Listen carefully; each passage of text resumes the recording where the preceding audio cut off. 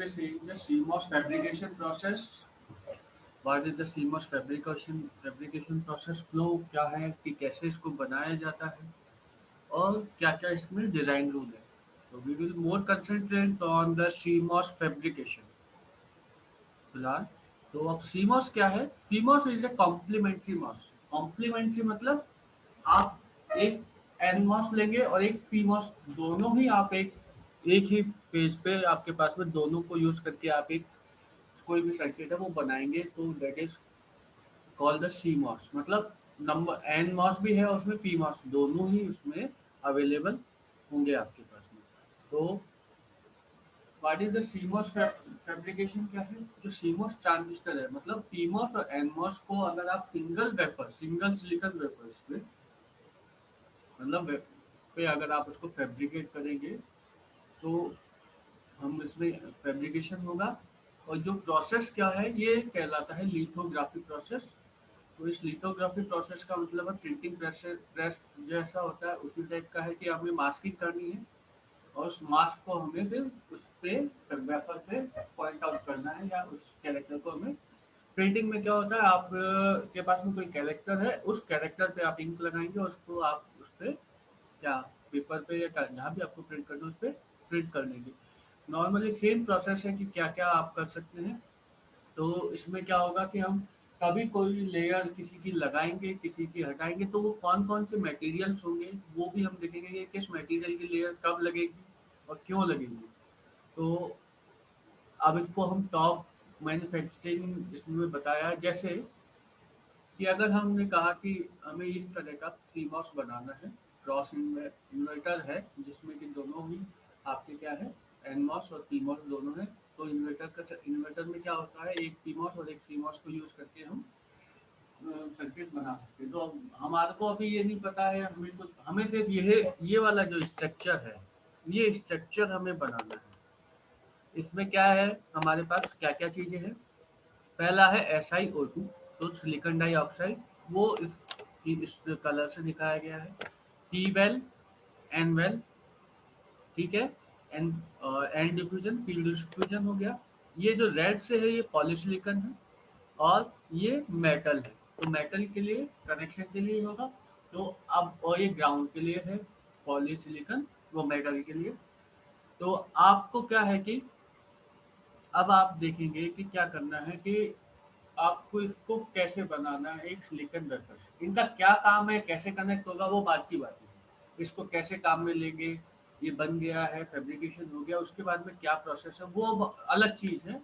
लेकिन इसको बनाना कैसे है या फैब्रिकेट कैसे करना है, दैट इज अनदर थिंग. तो हमने कहा कि हमें अगर PMOS बनाना है तो हमें क्या चाहिए, एनवेल. और अगर NMOS बनाना है तो हमें क्या चाहिए, पी सबस्ट्रेट. तो हमने कहा कि हम पी सब तो सबसे पहले हम क्या करें कि हम पी सबस्ट्रेट लेंगे. तो उसके लिए हमें क्या है,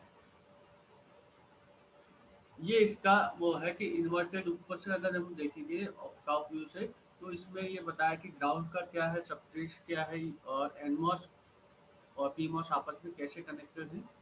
ये एक क्रॉस सेक्शन एरिया है जो कि ऊपर से उसको काट, अगर इसको काट के देखा जाए, मतलब क्रॉस सेक्शन देखा जाए तो this will be look like this. तो अब हम बात करें कि हमारे पास में कितने मास्क होंगे. We have 6 mask. N well, polysilicon, N diffusion, P diffusion, contact metal. ये 6 तरह के मार्क्स हमें यूज करने हैं और जिसको हम यूज करके हमें क्या बनाना है, CMOS जो हमने अभी ऊपर देखा, ये इसको हमें फाइनली बनाना है. तो हम क्या है, सबसे पहले कैसे करेंगे फैब्रिकेशन. फैब्रिकेशन क्या होता है कि चिप्स को बनाना है तो जो लैब्स होती हैं या फैक्ट्रीज हैं उनको फैब्स कहते हैं. तो ये बहुत बड़ी है. तो इस तरह का कुछ स्ट्रक्चर है जो कि ये फैब्रिकेशन लैब बताई गई है. तो इस लैब की बात है. तो इसमें आपको क्या है कि मैनुअली कोई काम नहीं होता है. पहली चीज, all thing will be automatic and computer control and precision, very precise and very accurate. ये दोनों चीजें होंगी तभी आप प्रॉपर बना सकते हैं. अदरवाइज अगर आपका एरर कुछ रह गया या कुछ गलतियाँ हो गई तो that will be the chip all the chip का जो लॉट बना रहे हैं या आईसी इंटीग्रेटेड सर्किट का एक पूरा लॉट बनता है हजारों में 10,000 का या 1 लाख का एक साथ लॉट निकलता है तो वो लॉट पूरा खराब हो सकता है।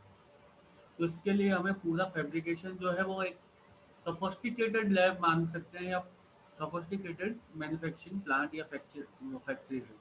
तो सबसे पहले क्या है स्टेप्स क्या क्या होंगे। पहला है फैब्रिकेशन।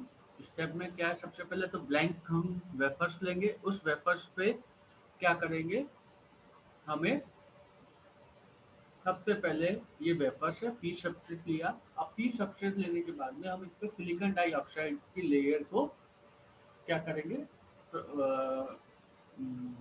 ओवरलैप करेंगे या कवर करेंगे इसको।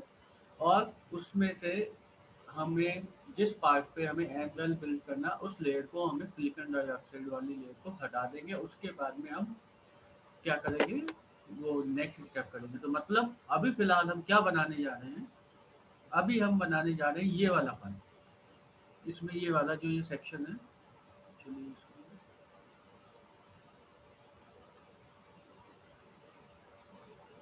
इसमें लिखते हैं। ये जो पार्ट है इसको हम बनाने जा रहे हैं। ये जो लेफ्ट एंड ये जो लिखा है यहाँ पे कर्सर दिख रहा होगा इस पार्ट को हम पहले बनाएंगे। तो इसके लिए हमें सबसे पहले क्या करना है। हमने कहा सिलिकॉन डाइऑक्साइड की लेयर लगानी है। तो सिलिकॉन डाइऑक्साइड क्या है सिलिकॉन और ऑक्सीजन का वो है कोई केमिकल रिएक्शन करा दो सिलिकॉन के साथ में ऑक्सीजन की। तो वो कैसे कराएंगे या तो हम सिलिक ग्रो करनी है अगर हमें सिलिकॉन डाइऑक्साइड की layer on the top of the silicon vapour. तो 900 एंड 1200 सेंटीग्रेड पे या तो H2 और या O2 की एक वो फर्नेस में को यूज करके हम ऑक्सीडेशन कर देंगे सिलिकॉन का। तो आपके पास में सिलिकॉन का जब आपने ऑक्सीडेशन किया है ये पी सबस्ट्रेट है पी टाइप सेमीकंडक्टर सिलिकॉन है। तो पी टाइप सबस्ट्रेट सबस्ट्रेट पे आप जब इसको करेंगे तो आपकी सिलिकॉन डाइऑक्साइड की एक लेयर बन जाएगी। तो ये पहला प्रोसेस क्या है सिलिकॉन डाइऑक्साइड की लेयर को हमें बनाना। अब हमें कौन सा पार्ट ये पार्ट हमें रिमूव करना है। तो इस पार्ट को रिमूव करने के लिए हम क्या करेंगे फोटो रजिस्ट्रेशन। मतलब अब ऐसा हम ऑर्गेनिक पॉलीमर है फोटो रजिस्टिव जिसको हम इस पे क्या कर देंगे पॉइंट आउट कर देंगे या उस पे वो कर देंगे। तो ये हमने एक फोटो रजिस्टेज की पूरी एक लेयर डाल दी है। जो अब इसके बाद में हमें जिस पोर्शन को हमें हटाना है या जिस पोर्शन को हमें यूज करना है उस पोर्शन पे हम सिर्फ लाइट को एक्सपोज करेंगे। क्या करेंगे सिर्फ लाइट उसी पोर्शन पे डाली जाएगी। तो उसी पोर्शन पे लाइट डालेंगे तो उस प्रोसेस को कहते हैं लिथोग्राफी। लिथोग्राफी क्या है एक्सपोज करना है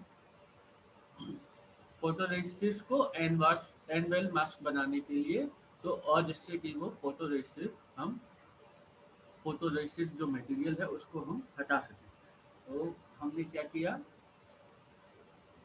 इस पोर्शन पे हमने वो दिया जिससे कि ये पोर्शन हमारा रिमूव हो जाए। अब क्या होगा जैसे ही इसको हमने मास्क किया तो अब हम क्या करेंगे ईचिंग करेंगे। अभी तक था लिथोग्राफी प्रोसेस उसके बाद में है ईचिंग प्रोसेस। तो ईचिंग प्रोसेस क्या है हमें उसमें से ये जो लेयर है बनी है इसको हमें हटाना है। तो इसको हटाने के लिए हमें क्या है केमिकल ईचिंग होती है और एक दो तरह की ईचिंग होती है केमिकल ईचिंग और ड्राई ईचिंग। तो केमिकल ईचिंग में हम क्या करते हैं HF हाइड्रोक्लोरिक एसिड को यूज करते हैं जिससे कि वो आपका ये पोर्शन को हटा देगा। और अगर हम ड्राई ईचिंग की बात करें तो उसमें हम प्लाज्मा को यूज करते हैं। तो प्लाज्मा क्या है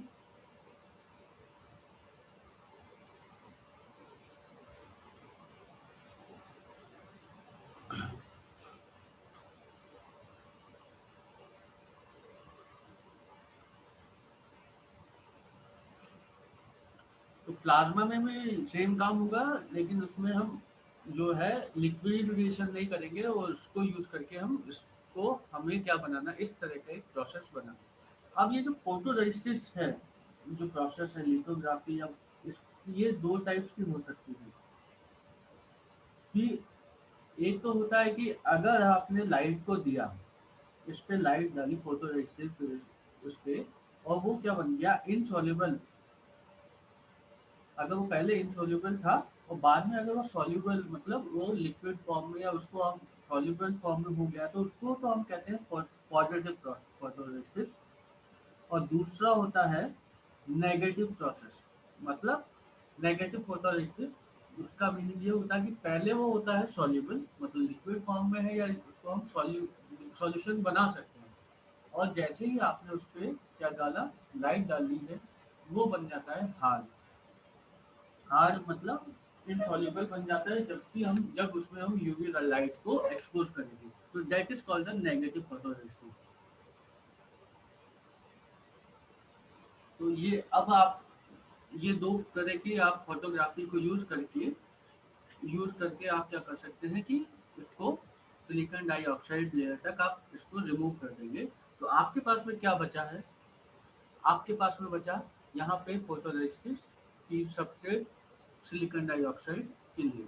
अब हम क्या करेंगे नेक्स्ट स्टेप में, हम जो ये फोटोरेसिस्ट मटेरियल लगाया था इसको भी हम पूरा हटा देंगे। तो उसको हटाने के लिए हम किनार ईचिंग भी कह सकते हैं, तो एसिड का मिक्सचर डालेंगे, तो वो उसको हम उसको रिमूव कर देंगे। तो हमारे पास में क्या है, लास्ट में बचेगा पी सब्सट्रेट और सिलिकॉन डाइऑक्साइड की एक लेयर। अब हमें क्या करना है, अगर हम फिगर की तरफ जाते हैं तो फिगर में क्या है, फिगर में है एन और पी की डोपिंग, ठीक है ना। पी की डोपिंग और एन की, तो पहले हमें क्या बनाना है, पहले हमें बनाना है एन वेल, उसके बाद में डोपिंग देखेंगे पी की। तो अब हमारा काम क्या है कि हमें उसको डोप करना है, किससे, एन वेल बनाने के लिए। तो हम क्या करेंगे, इसका इसमें डिफ्यूजन प्रोसेस को यूज करेंगे। तो एन वेल परफॉर्मेंस करना है, डिफ्यूजन और आयन इम्प्लांटेशन होगा। तो उसमें क्या करेंगे, आर्सेनिक गैस को यूज करके उसमें डालेंगे, वो डिफ्यूज करेंगे इनटू द सिलिकॉन, या और आयन इम्प्लांटेशन का भी कर सक को यूज करके। दो प्रोसेस हैं उनमें से, दोनों में से किसी को करके आप क्या कर सकते हैं, यूज करेंगे। तो जैसे ही आप डालेंगे तो सिलिकॉन डाइऑक्साइड में जो आयन है वो तो ब्लॉक उसको सिलिकॉन डाइऑक्साइड आयंस को ब्लॉक कर लेंगे, और बाकी क्या होंगे, जो सिलिकॉन डाइऑक्साइड वो सिलिकॉन में अंदर चले जाएंगे। तो जहाँ जहाँ सिलिकॉन डाइऑक्साइड है वहाँ वहाँ आपके पास में क्या मिलेगा, अ, आपके अंदर वो डिफ्यूजन या इम्प्लांटेशन नहीं होगा। और जहाँ भी सिलिकॉन डाइऑक्साइड नहीं है वहाँ पे आपको एक एंगल क्रिएशन हो जाएगा। तो इसलिए हमने फोटोरेसिस्ट के मटेरियल के साथ में हमने सिलिकॉन डाइऑक्साइड की लेयर को रिमूव नहीं किया था, ठीक है। इसके बाद में हमारे को क्या करना है, अब हम करेंगे कि वापस हम हाइड्रिक एच मतलब फ्लोरिन हाइड्रोक्लोरिक एसिड को यूज करके जो आपकी जो ये लेयर है सिलिकॉन डाइऑक्साइड की उसको भी हम हटा देंगे। तो हमारे पास में वापस एक silicon P substrate with the N well, एक सिलिकॉन वेफर्स मिल जाएगा, और आगे का काम हम शुरू कर सकते हैं वापस वही से करेंगे। तो हमारे पास में फिलहाल इस तरह से बन गया। तो अब यहाँ पे एन वेल है, एन सब्सट्रेट है, तो हमें आपको यहाँ पे पी क्या बनाना है, पी ट्रांजिस्टर। यहाँ पे बनेगा एन ट्रांजिस्टर। तो अब पी ट्रांजिस्टर और एन ट्रांजिस्टर में होता क्या है, ट्रांजिस्टर में क्या क्या होता है।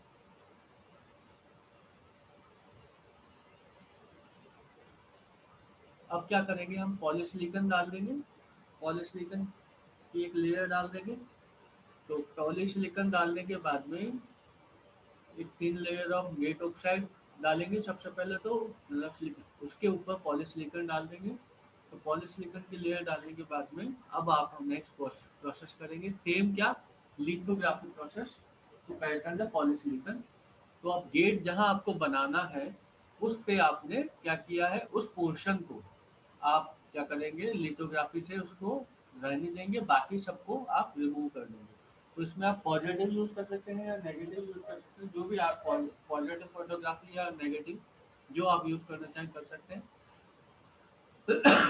तो अगर आप ने क्या करना है, आपने ये दो गेट बना दिए, एक एन ट्रांजिस्टर के लिए और एक पी ट्रांजिस्टर के लिए। उसके बाद में हमें क्या करना है, अब डोपिंग का प्रोसेस करना होगा। तो डोपिंग के लिए क्या करेंगे,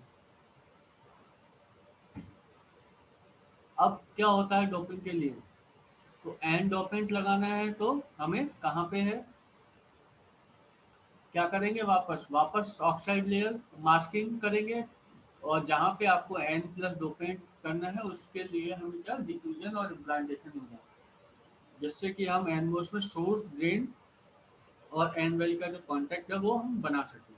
तो अब कैसे, जैसे अगर हमने एन प्लस के लिए बनाना है तो एन प्लस के लिए क्या कहाँ कहाँ बनेगा, ये यहाँ पे पी सब्जेक्ट में इन दो जगह पर डालना है, और यहाँ पे हमें एक इस जगह डाला है, जिससे तो आपके पास में ये लास्ट में अगर आप करेंगे तो इस तरह का एंड टॉपिंग बन गया आपके पास में।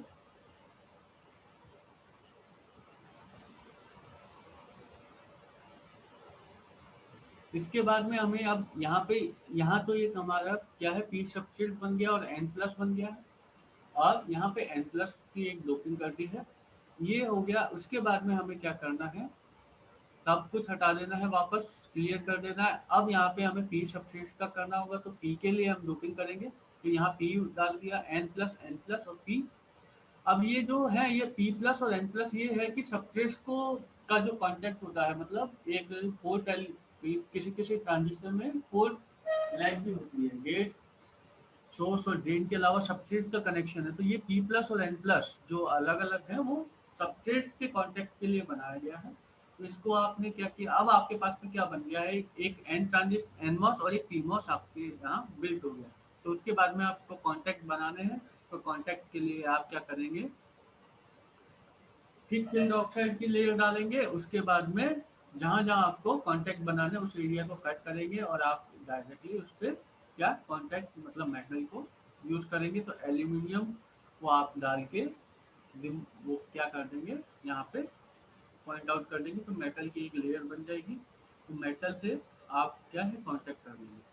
तो इस तरह से ये आपको एक एन पीमॉस और एनमॉस आप बना सकते हैं।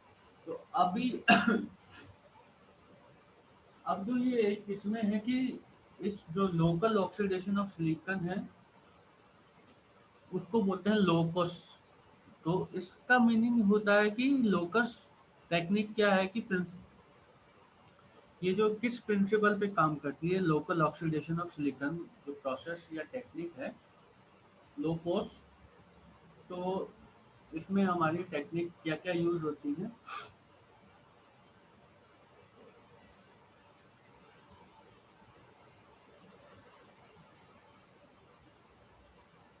लोकोस क्या है कि ये है कि सेलेक्टिवली ग्रो करना फ्लेम को, ना कि सेलेक्टिवली ईचिंग करना। मतलब एक तो होता है कि आपने सेलेक्टिवली ईचिंग किया है, और एक होता है कि सेलेक्टिवली ग्रो करना। ईचिंग का मतलब आपने यहाँ पे कुछ था, फिर इसको यहाँ से ईचिंग करके इसको हटा दिया, इसकी बजाय आप इसी पोर्शन पे कुछ आप नया बना रहे हैं, ना कि उसको उस पॉइंट को हटाकर क्या कि आप जैसे इस पे ही लेयर पे इसको इंक्रीज करते जाएं और यहाँ पे एक लेयर बनाते हैं, ये तो है क्या लोकस।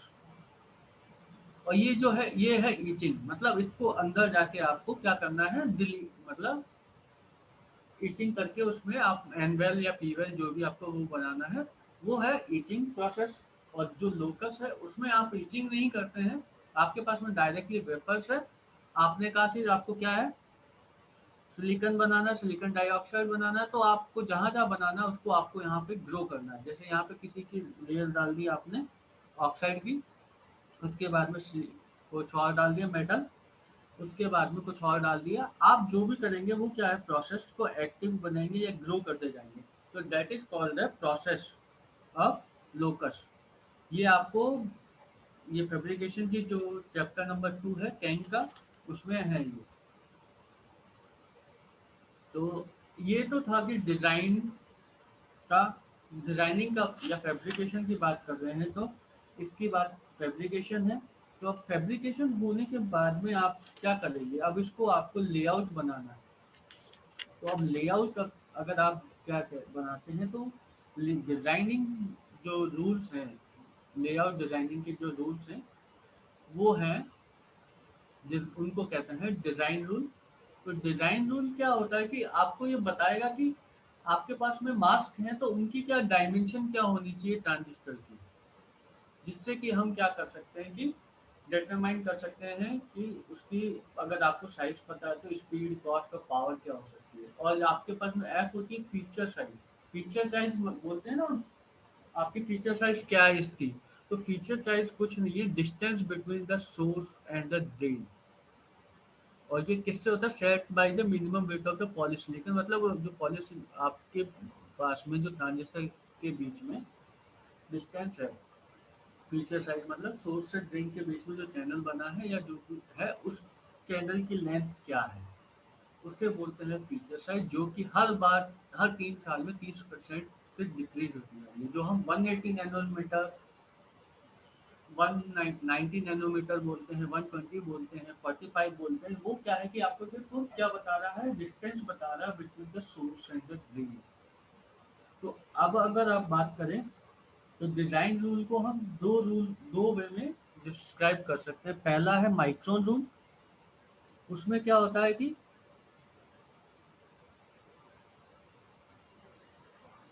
माइक्रोन रूल में क्या है कि हम डायरेक्ट माइक्रोन की जो माइक्रोमीटर में जो मेजर करते हैं म्यू एम में, उसी को हम यूज करते हैं किसके लिए, कि आपको अगर किसी की फीचर साइज बतानी है, या कोई किसी दो डिवाइस के बीच में, या दो डिवाइस या दो पॉइंट्स के बीच में डिस्टेंस कितनी होगी या सेपरेशन कितना होगा, वो हम अगर आप डायरेक्टली माइक्रोमीटर या मेजरिंग एलिमेंट्स में बता दें तो that is called the micron rule. और second rule is lambda rule, जो बताता है कि आप आपने कहा कि आपकी फीचर साइज जो भी है कुछ नहीं, हमें नहीं पता है। आपने कहा एफ है, तो अगर आप एफ बाई टू लेते हैं लैम्ब्डा को, तो lambda equal to F by two, feature size का आधा बाई टू किया। तो अगर अब हम किसी को भी सेपरेशन के लिए बता रहे हैं कि इसमें सेपरेशन कितना है, या इसका इसकी साइज कितनी होनी चाहिए, वो सारी बातें हम अब माइक्रोमीटर में ना करते हुए डायरेक्ट लैम्ब्डा की फॉर्म में करेंगे, तो that is called the lambda rule. तो लैम्ब्डा रूल में क्या है, जैसे अगर आपने 0.6 माइक्रोमीटर की प्रोसेस या फैब्रिकेशन को यूज किया है और प्रोसेस टेक्नोलॉजी यूज कर रहे हैं, तो अगर आप किसी भी इसके अंदर जो भी क्या बोलते हैं, अगर आप फैब्रिकेशन कर रहे हैं और डिस्टेंस बता रहे हैं किसी के बीच में, तो that distance will be calculated और specified by the how much lambda, 1 lambda, 2 lambda, 1.5, 2.5, इस तरह से अलग अलग के हिसाब से वो लैम्डा की वैल्यू पे ही डिपेंड करेगा। आप ये नहीं बताएंगे कि इसकी वैल्यू 0.5 होनी चाहिए, 0.9 होनी चाहिए, या 0.2 होनी चाहिए। तो इस तरह से नहीं है, आप डायरेक्टली उसको लैम्डा की फॉर्म में बताएंगे। Sir sir channel length modulation अलग है सर, कि आप फिर वही चीज है दोनों? चैनल एंड मॉड्यूलेशन अलग है, ओके सर। वो एक प्रोसेस है। और ये जो एफ है, distance between the source and the drain, एक ये फिजिकल क्वांटिटी है, ठीक है। Channel yes and sir. Modulation में क्या है कि जैसे जैसे आप वोल्टेज देंगे उसके अंदर करंट का फ्लो या तो कम होगा या ज्यादा होगा, depending upon the voltage provided, यही होता है ना। तो हाँ उसी सर। से उसमें ये यहाँ पे वो नहीं है, आप यहाँ पे बता रहे हैं कि उस चैनल की लेंथ कितनी है, उसके अंदर क्या प्रोसेस हो रहा है उससे मतलब नहीं है, हम सिर्फ आप फिजिकली बता रहे हैं कि वो 5 माइक्रो एम्पियर का है, या 0.5 माइक्रो एम्पियर है, या 0.25 माइक्रो एम्पियर है। इस तरह से ये आपको क्या बताएगा, अलग अलग चीज़ों में बताएगा कि डिजाइन रूल क्या है। ये कब यूज होगा, जब आप फैब्रिकेशन कर रहे हैं या जिसकी जियोमेट्री को डिजाइन कर रहे हैं, लेआउट मास्क डिजाइन होंगे ना। अभी तो हमने कहा मास्क होना चाहिए, अब वो मास्क कितना बड़ा होना चाहिए, उसकी साइज कितनी होनी चाहिए, कि आपने एन वेल बनाया तो वो एन वेल कितना होना चाहिए, पी वेल बनाया तो वो पी सब्सट्रेट का कितना होना चाहिए, पी की डोपिंग कितने एरिया के अंदर होनी चाहिए, वो सब चीजें हैं वो डिजाइन रूल के साथ में स्पेसिफाई होंगी। तो डिजाइन रूल क्या है, set of geometrical specification that dictate the design of the layout mask. मतलब मास्क कौन सा हमें लगाना है लेआउट में, तो उसको हम यूज करेंगे। तो दैट इज जो भी रूल होंगे वो that rules are called the design rule. तो उसमें क्या क्या होता है हमारा maximum numerical value of minimum dimension, line spacing and other geometrical quantity होगी। तो आपने कहा कि जैसे डब्ल्यू क्या minimum width, S minimum spacing, D minimum distance. तो इस तरह से और भी कुछ वैल्यू होंगी। तो डिजाइन रूल क्या है, नॉर्मली माइक्रोमीटर में ही मेजर किया जाता है, लेकिन अब वो नैनोमीटर में भी चला गई है, क्योंकि हमारी लाइन बहुत धीरे बहुत स्लो, मतलब स्लो क्या बोल रहा हूँ, बहुत रिड्यूस हो चुकी है।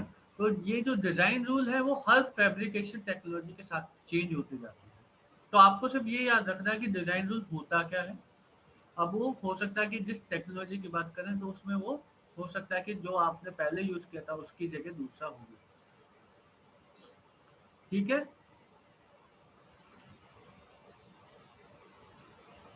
तो ये फाउंड्री में अलाउड होगा, डिजाइनर को सबमिट करना होगा कि डिजाइन क्या है।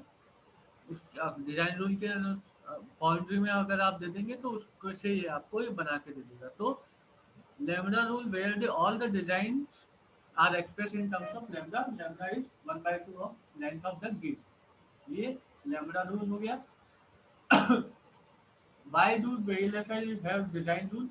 Fabrication have the maximum and the minimum feature size that can be produced for the each layer।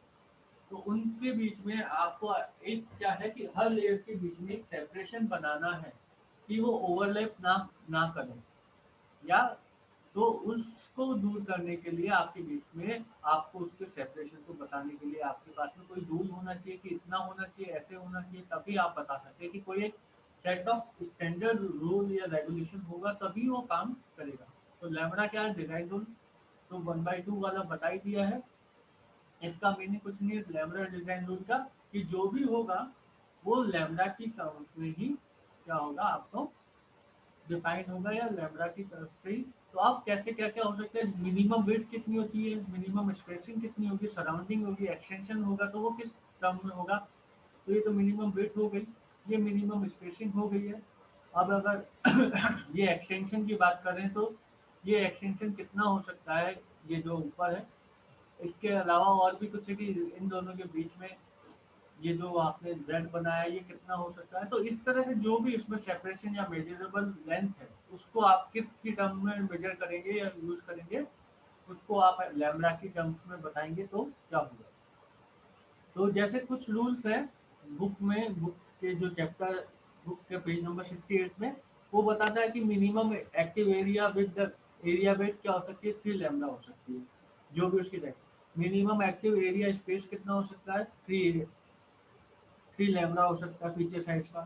तो अब पॉली मिनिमम पॉली वेट क्या हो सकती है, 2 लैम्बडा हो सकती है। और पॉली वेट के बीच में सेपरेशन है, तो ये पॉली जो वेट बोला मैंने, ये पॉली वेट डब्ल्यू पी, ये कितनी हो सकती है, 2 लैम्बडा। और ये जो इसके बीच में स्पेसिंग है वो भी 2 लैम्बडा हो सकती है। ठीक है।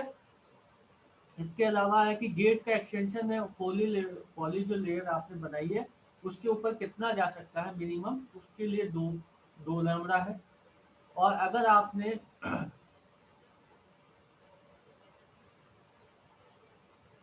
आपने इसको मिनिमम पॉलिश एक्टिव एरिया है तो 3 लैम्बडा हो सकता है। इसी तरह से अगर मेटल की बात करेंगे तो मिनिमम मेटल की विड्थ कितनी हो सकती है, 3 लैम्बडा। और मिनिमम मेटल की स्पेसिंग कितनी हो सकती है, वो 3 लैम्बडा हो सकती है। इसी तरह से कॉन्टैक्ट के लिए रूल है, 2 लैम्बडा है। मिनिमम पॉली कॉन्टैक्ट स्पेसिंग कितनी हो सकती है, 2 lambda. Minimum poly contact poly edge spacing कितनी हो सकती है, 1 लैम्बडा। इस तरह से ये एक टिपिकल एक मॉस्ट अगर आप डिजाइन कर रहे हैं तो उसका एक डिजाइन लेआउट का एक सैंपल सेट दिया हुआ है।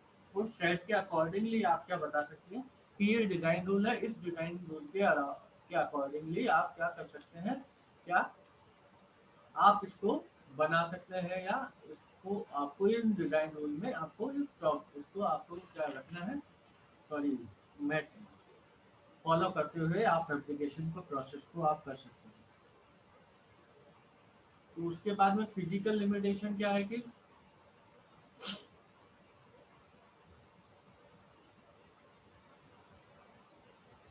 जैसे कि इसका मतलब है कि अगर शार्प एज जा रहा है तो वहां पे आपके ये जो वैल्यूज है यहाँ पे ये फेल हो सकता है अगर इस तरह से आपको इसको करना है। तो इचिंग प्रोसेस में भी प्रॉब्लम हो सकती है कि आप चाह रहे हैं कि इचिंग डायरेक्टली शार्प हो, लेकिन हो सकता है कि वो डायरेक्ट बिल्कुल एक क्लियर शार्प ना होके थोड़ा सा वो कार्व लेके भी बन सकती है, या ऑप्टिकल लाइन लेवल उस वेवलेंथ की है पॉसिबल ही नहीं हो सकती है जो कि पिक्चर साइज को मेजर कर सके। तो ये फिजिकल लिमिटेशन इसमें आ सकती है।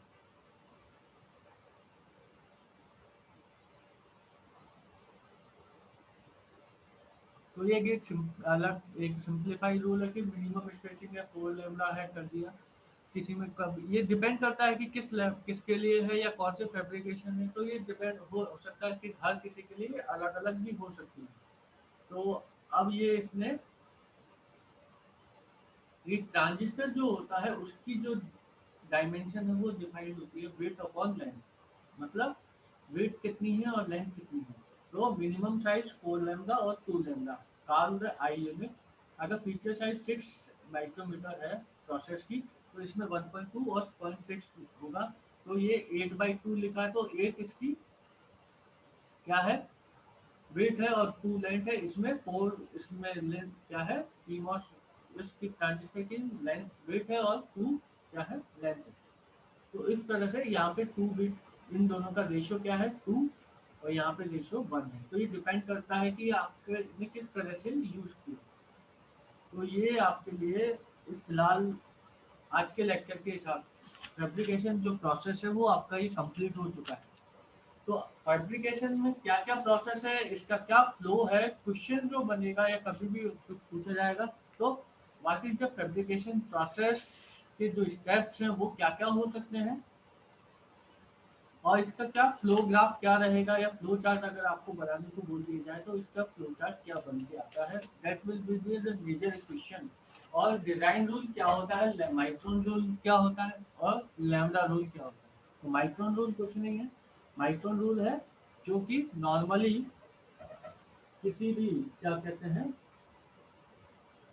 माइक्रोन रूल का मतलब है कि उसमें आप डायरेक्टली क्या करेंगे, डायरेक्ट मेजरमेंट करेंगे माइक्रोमीटर में या नैनोमीटर में।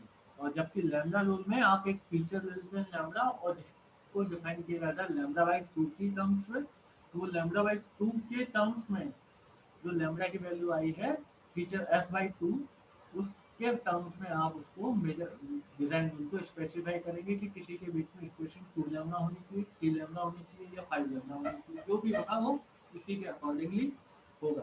तो ये तो था अभी तक का क्या बोलते हैं फैब्रिकेशन और introduction part of the MOSFET. अब नेक्स्ट क्लास से हम बात करेंगे कि एनमॉस या सीमॉस जो भी है, मॉस ट्रांजिस्टर जो है वो कैसे काम करता है, how what is the channel length, how energy band diagram में क्या इफेक्ट होगा, उसको आप कैसे इफेक्टिवली लेंगे, क्या वीटीसी में क्या इम्पैक्ट आता है। तो अगर आपने एक्सटर्नल बायस के अंदर लगाया है तो मॉसफेट में क्या आएगा, क्या इफेक्ट रहेगा उसमें। तो वो सब चीज़ें जो कैरेक्टरिस्टिक है मॉस की वो हमें देखनी है। उसके बाद में हम डायरेक्ट फिर जाएंगे कि ये मॉस का क्या एप्लीकेशन क्या हो सकता है, इन्वर्टर कैसे बनता है, या और कुछ और भी डिजिटल लॉजिक्स आप कैसे इम्प्लीमेंट कर सकते हैं। तो that will B cover in the coming lectures. तो आज का फैब्रिकेशन प्रोसेस क्या है और इसको कैसे यूज किया जाए, ठीक है।